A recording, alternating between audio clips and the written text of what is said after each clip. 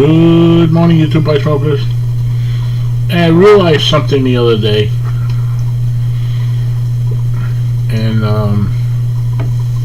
about vintage pipes, which I play around. I bought some custom builds, and I tried all the methods of unghosting a pipe, the salt, and soaking it with grain alcohol, and no matter what you do, there's always a subtle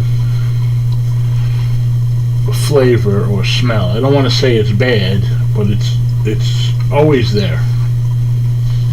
So I had this old Dr. Graybo, which didn't have much use, but it's a vintage Dr. Graybo, and I tried something and I wound up cracking it.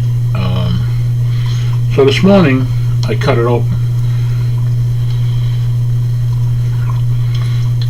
There's the two halves, and then I cut the top. And it's hard to see in the photo here, in the video, but I looked under a microscope and you could see there are hairline cracks that you see a black streak that almost goes to the end of the finished part of the bowl. That's where heat or tobacco made it through that crack and impregnated into that wood.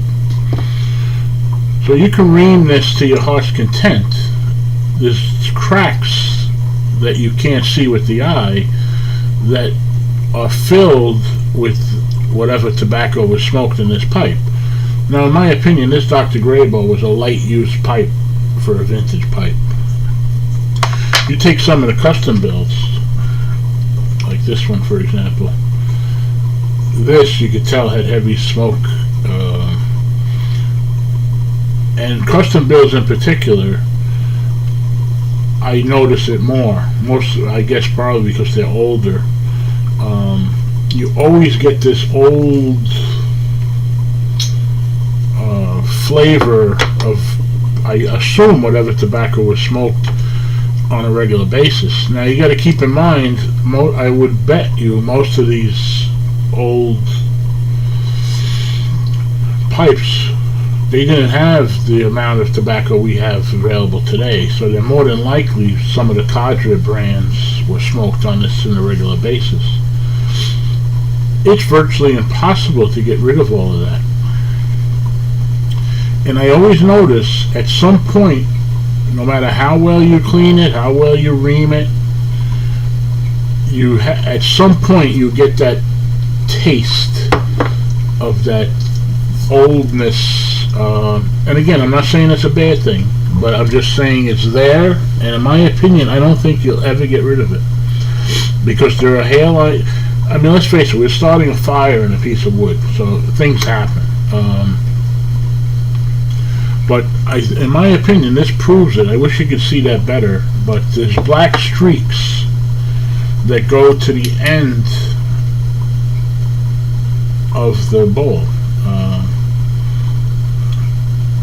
right to the finish. So that's filled. So you can ream this to your heart's content. You'll get maybe a lot of it out, but and I've had pipes that people have over reamed, and